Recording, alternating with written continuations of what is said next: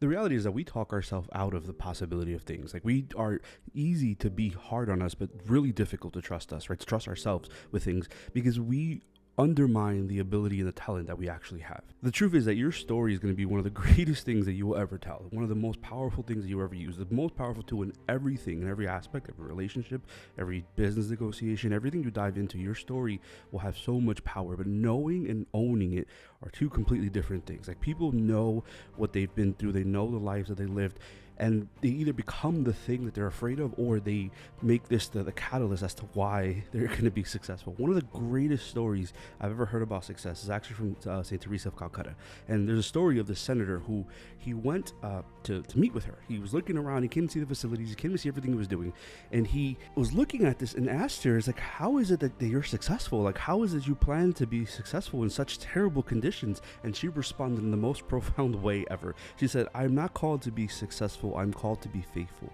And I think a lot of us lose sight of the fact that we're called to be faithful, one of us ultimately to God, but ultimately also to the things that we are called to be in, the things that we're gifted at, the talent, the ability, the things that are in you already. You're called to be faithful to that, but we are more faithful to lies than we are to the truth. We are more faithful to the things around us than what's in us. And we think that those things dictate every aspect of us.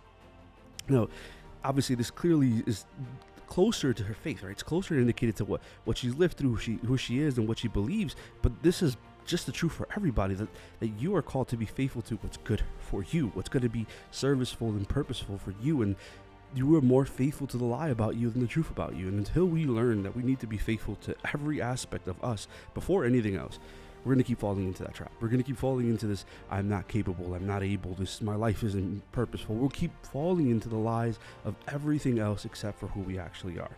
The greatest thing you will ever own is your story. Like, it's knowing that you have what you have and dictating what happens next. It's not allowing the things that have been said or done to you to dictate the next things in your life, because we create this mountain where we trap ourselves on the bottom of it because we think we can't overcome what's been there. And I need you to understand that the most powerful thing, the most impactful thing, the thing that will get the most people to be who they need to be in your life will be how you tell your story. Like, being how you know what happened next. And I think that's such a beautiful reality, knowing that the thing that you were able to come out of, this place that was dark and not seen and just lost, that thing, it's beautiful to know that there's something so much powerful after that. Like, you're able to achieve this next stage, and you're able to tell this reality of what was done to you, or where you were and where you are now. And that can only happen if you own it, if you own the story that you're in. So no one has authority over your life that you haven't given to them. And I think that's such a profound takeaway. I know it sounds like almost cliche and kind of a basic thing to say, but the reality is that no one has authority that you haven't given them. And yes, I get it. Sometimes it's hard to reclaim that authority, but you are still giving them power. And there's so many facets to this. There's people in your past that have done things to you, and because of those things, you've made that the point of contention as to why you don't do anything, as to why you don't change, as to why you don't date, as to why you don't relate to things, as to why you don't move. I know I'm not saying that it's easy to move. I'm not saying that it's easy to change. I'm saying that at some point we need to regain power, or we continue to give it. It's either we stand up for what's real, or we continue to allow other people to dictate what we do. There's power in knowing that the power is yours, like knowing that you have this authority, that you can tell people today, this very moment, that you're no longer going to give in to that, or you don't even have to say anything. You just simply have to stop doing the things that you're allowing them to continue to do in your life. There is this reclaiming and knowing that who brings you value and who's robbing you of it, and knowing that the people around you, are they actually beneficial to the life that you desire to live, or they're just robbing you of the life that you're currently in. You become this beacon of possibility in what others might see a mountain, knowing that you were in this thing and you went through this thing and you grew and you were able to be where you are now. There is so much power in understanding that you have the authority to give authority to other people. You also have the authority to take that away from other people. No one can do anything to you, for you, around you, or towards you that isn't within the authority that you have allowed. Now, again, people might do things, right, in efforts to get your attention, but what you give power to, what you give attention to, what you give the freedom to, those things then take that. And we have to be able to see this and know that it's not theirs, that it's ours, that the power is ours. So when we talk about your story, and as we develop this and as we open up with this reality, We need to first know that authority and power is always coming from you.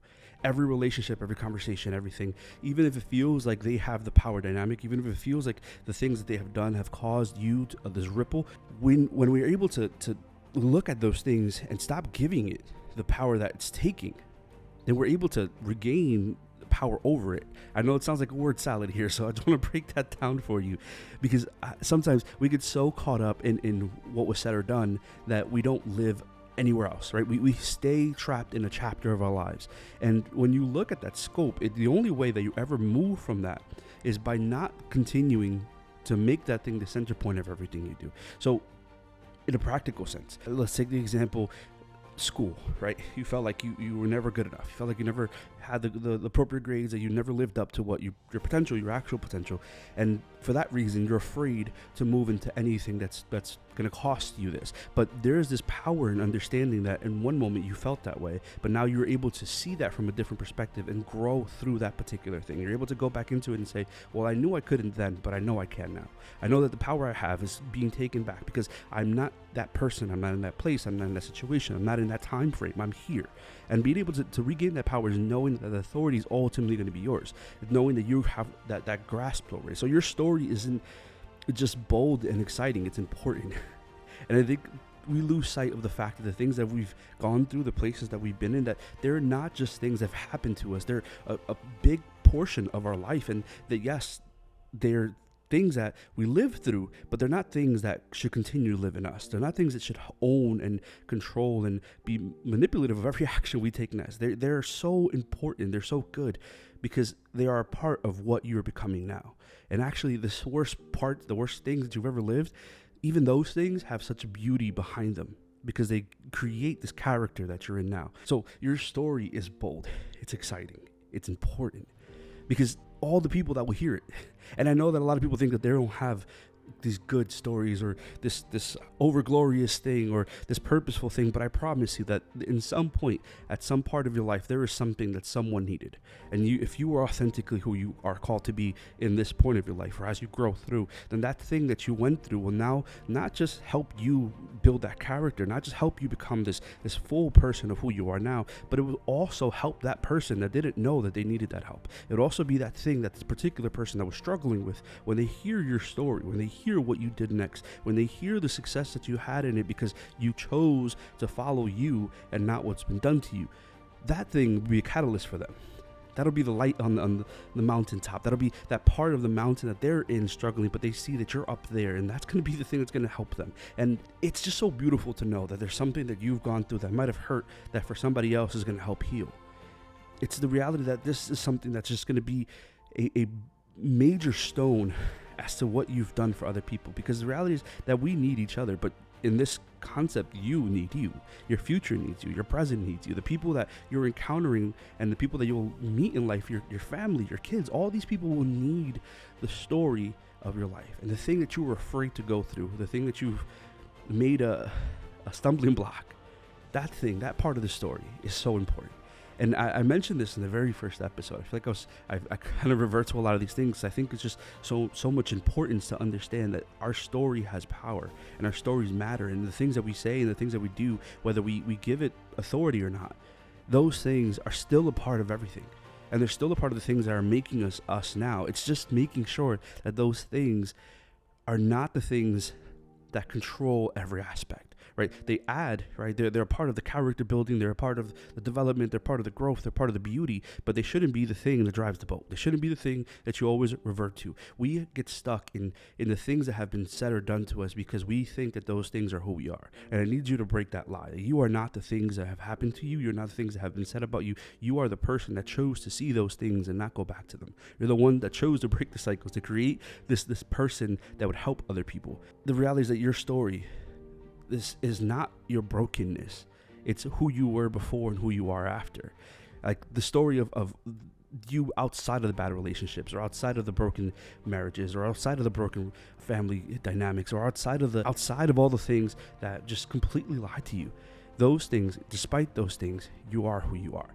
And I need you as you hear this. I don't know what state in your life you're going. I don't know if you're struggling to believe that you're capable or not. But no matter who you are, no matter where we are, we tend to revert to the thing that's safe. Like, we tend to go back to the thing that seems familiar, and even if that thing that seems familiar is painful, it's the most safe thing for us because of the level of toxicity that we know. That saying, that demon that you know, the demon that you understand, the devil that you know. It's easier to go back to the thing that hurts you or stay in the state of the thing that you've been hurt in because you know that place. But I need you to dream. Like, I need you to understand that you were made for that thing that you're afraid to do, for that next step, that next stage, that next person that you're becoming, because you were not made to stay in that struggle.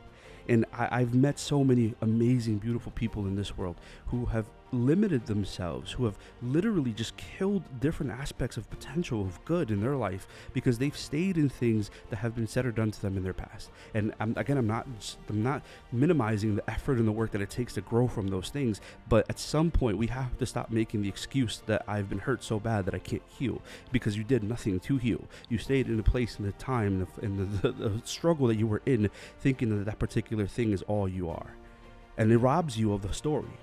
The story isn't done, right? We're still building, we're still growing, but we can't build and grow if we remain under the rubble. You can't continue to stay in the destroyed place and say that this thing is it, because there's never going to be any moment of change. There's never going to be any moment of growth. I think when we identify with our wound, and I'm going to dive into that a little bit deeper because there's a lot there, but when we identify with our wound, we think that our wounds are what we are. Like, when we look at the things that have been done or said to us and we think, yeah, no, this is who I am, this broken person, this lost person. When we identify with those things, we begin to minimize any effort that we could ever make. We stop anything from growing or happening because we think that that is who I am.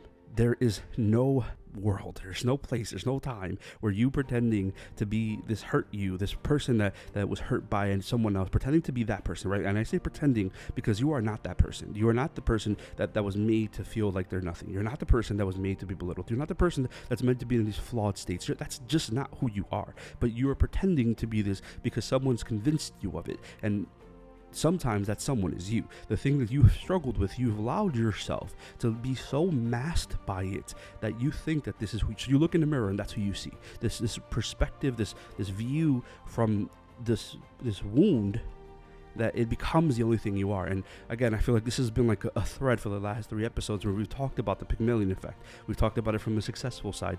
We've talked about it from the unsuccessful side. But now I want to kind of talk about this through the wounds, because sometimes the way, the lens that we see the world is through the lens of the things that have happened to us. So we believe that we are because of the things that have been done. We think that we're going to stay in this place because somebody has treated me this way. And I need you to understand that there is no person that should have that much authority. Going back to that first point, the reality is that we give authority to situations because it's easier to dismiss it on that than it is to take responsibility for it.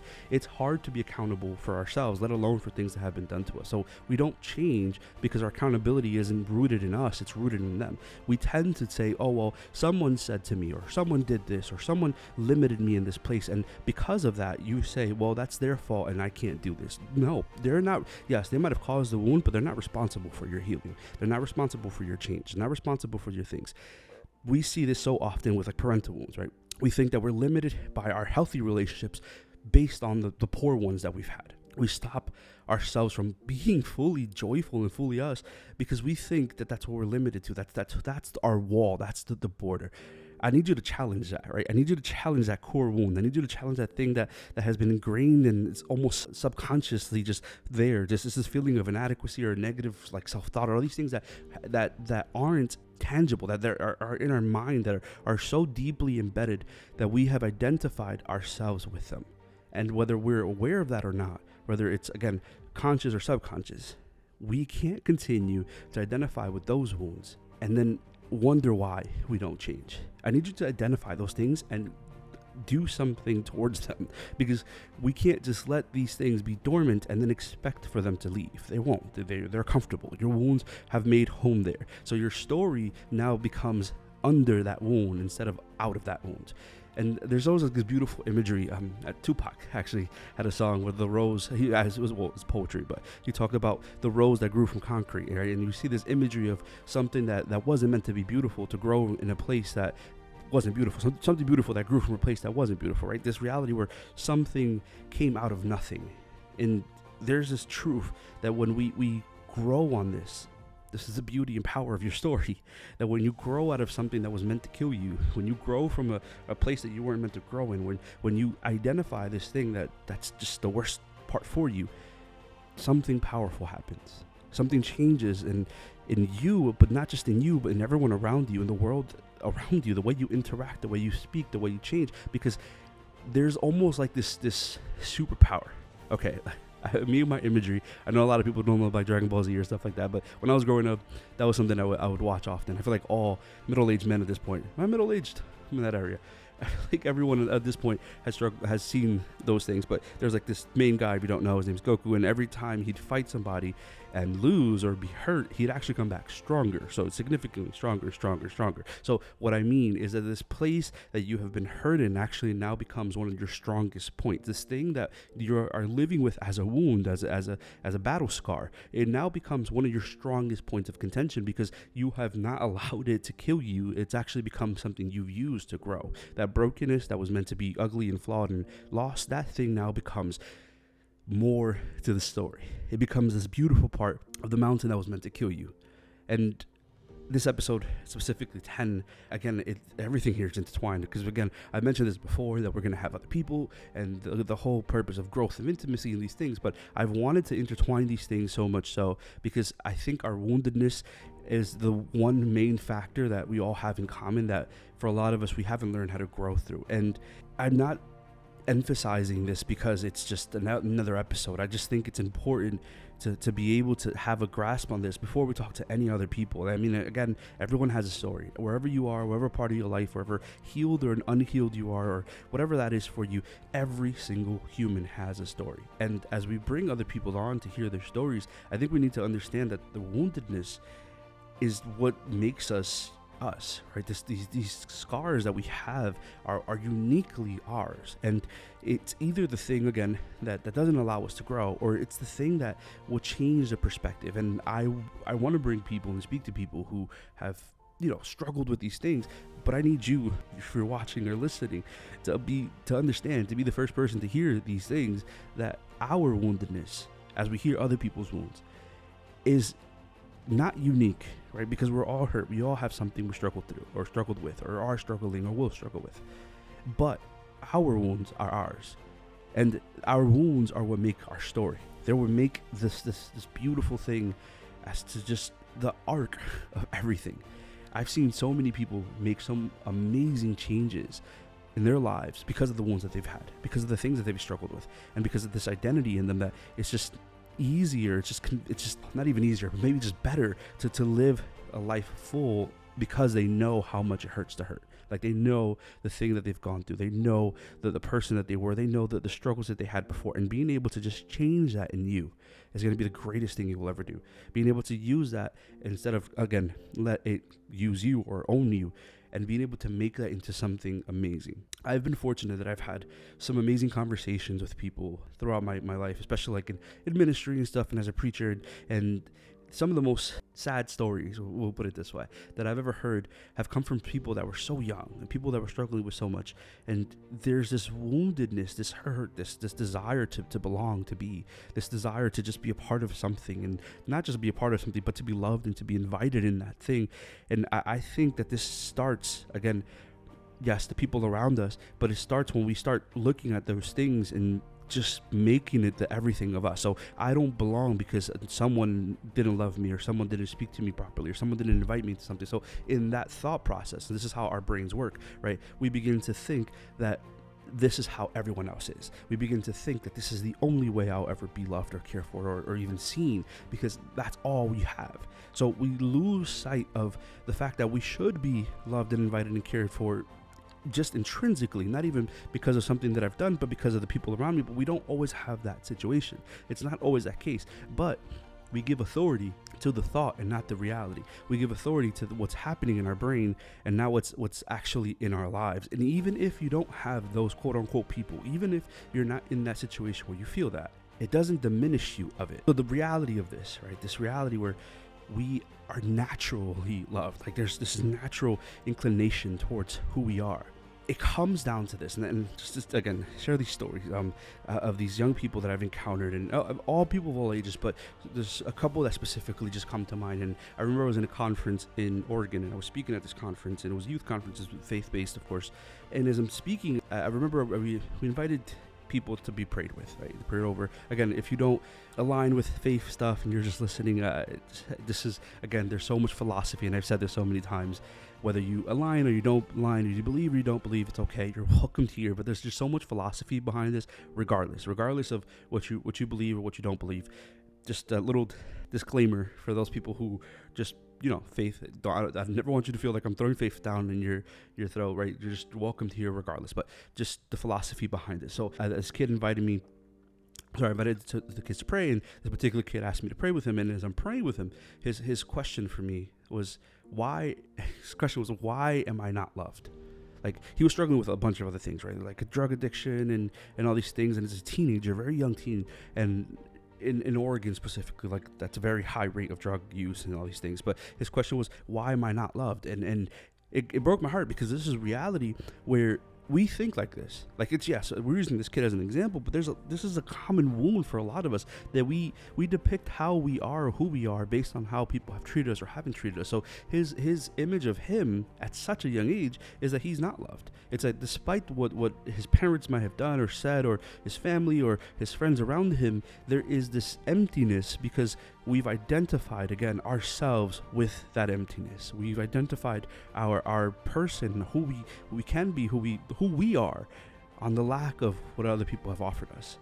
And I need you to understand, if you're like in this situation, or someone in this situation that they feel and they struggle to really be loved, that there is no wound, there is no lie, there is nothing that has been said or done that can ever steal that from you. Like, it does not diminish the amount of love you deserve or have based on the things that other people haven't said or done. You deserve the fullness of love, not because of what you do, but of who you are, because you were made for it. Like, literally, you were created for this particular thing. And we keep identifying our story based on the lack of things that other people have glorified us with. There is no situation where anyone ever says or does anything for you that will ever add or diminish who you are. Like, and that's important to understand, right? Not neither add or diminish. Yes, they won't take away, but they also won't add to, which means that power dynamic comes back, because you know that you are not doing things based on what they say or do. You're not doing things based on how they feel. You're not doing things for approval or love. You're doing things because you know what you want. You know where you're going to go. You know what you desire. It's not what they want. It's what you want. And the hardest thing we will ever do is learn to detach our self-worth from other people. Yes. Is it good to feel loved? Is it good to feel like people care? Is it good to hear these things? Absolutely. I don't think there's a single person in this world that's ever going to look at this and say, man, I don't want to feel loved. That's just not the case. But is it necessary? Like, is it really necessary for you to feel that the only way you are loved is based on what other people think? I think the most beautiful thing, and this is just a fact, like, the most confident people in this world, the people who have the most going on, or are just doing well, are usually people who are doing things despite the understanding, belief, or agreements of anyone else. Like, are usually people who are living life based on what they desire and not based on what other people want. And this is back to that power dynamic, because we shift our power to people when we give them more authority. It's people pleasing, right? This is a phenomenon that we're having, right? This culture of just looking for people's approval. And again, we can dive super deep into that and go back to other wounds and parental wounds and wounds of other people in our lives. But the reality is that at the core of it all, at the reality of who we are, we should not thrive. We should not seek to thrive only based on what people say, only based on who likes us or who doesn't. I think I've learned that myself really greatly in this season, because one of the hardest things that I've ever had to overcome, and again, I don't know what standpoint you're listening to this from, but as a content creator, as a person who makes content, I think the hardest thing I ever had to do was, actually even today, even in this office that I'm currently in, I had to sit here and I was thinking to myself, what could I do that the people around me won't hear, right? That the people who are next to me aren't going to see or say. What could I possibly do to make it so that they won't hear the words that I'm saying? So I struggled with that, because the reality is that sometimes we want people to approve of us before we approve of us, and that's not how it works. Most people won't believe what you're doing until they see you doing it, right? They won't agree with the thing that you're doing, with the actions you're taking. They'll criticize, they'll critique, they'll give all these other comments, but they will never agree with it until they see you doing it, until they see that it works, it was successful. And for us, we have to be the first ones to take that leap. In this place that I mentioned, space I'm at, there are people around, and my first thought was, man, what if they hear me talking? And then I thought to myself, that's what I do. This is why I'm doing this. This is why I got paid to do this. This is why people have supported me, and my social media platforms have grown so much, because I'm willing to talk. And for a lot of us, we're not willing to talk. And I almost reverted to it. I was like, let me wait till like later on, so there's no one in the offices, so that no one can hear me making these videos. But that is that same mindset that limits the authority and power we have and gives it to everyone else, because we think that we're scared to do the thing. We're afraid to sound weird, or to be cringy, or to take the next step. I need you to understand that to people who cannot do, you will always sound weird, and they will have a lot to say until you prove them wrong. But you can't prove people wrong if you don't do the thing that you're afraid to do. Your story won't have a purpose or a meaning or growth if you continue to limit your story based on people's thoughts or words. The thing that you need to do won't happen, won't grow, won't change until you do it. And until this becomes like a normal response to you, because it won't be. At first, it'd be very hard. It'd be very difficult to break out of a shell. But when you do, when you finally get through that thing, it changes so drastically. Like the way that you respond to everything, every conversation, every action, every move, it's completely different. Because you've become so firm and confident in what you need to say or do. Because you know that your story is important and it matters. Because you are doing things for you and not for anyone else. That's what changes absolutely everything. And every relationship you have in your life, every dynamic, every job, every teaching, every single thing you do follows suit with that. Because it changes. It's you. It's who you are. It's who you are firm in. Until you are absolutely firm in that, until you learn that what you're saying and doing for you is more important than what you're saying and doing for anyone else, your story won't be as full as it can be. It won't be where it should be. But the reality is that authority and power comes back to you. You have to convince yourself of owning yourself, of owning that storyline, of having power over your story and not letting anyone else write it for you. Because for a lot of people, they'll continue to stay in that thing because it's just easier to live in that story. So I just invite you into this reality as we come to this close of this episode. To sit with your own story, to sit with the things that you've gone through, to sit with the things that have been said about you, to sit with the wounds, the hurt, the baggage, the things that you're afraid to do, the next steps that you're afraid to take, and really just sit with that and really just hone into that. Is this something that has power over me, or can I take power back? And the answer, obviously, I'm just spoiling it. You can. Power is yours, always. The power is always going to be to what you give and what you do. But knowing your story and being able to own it is going to be the greatest thing you'll ever do. It'll be the most powerful thing. Why? Because it allows you to adjust and change and grow.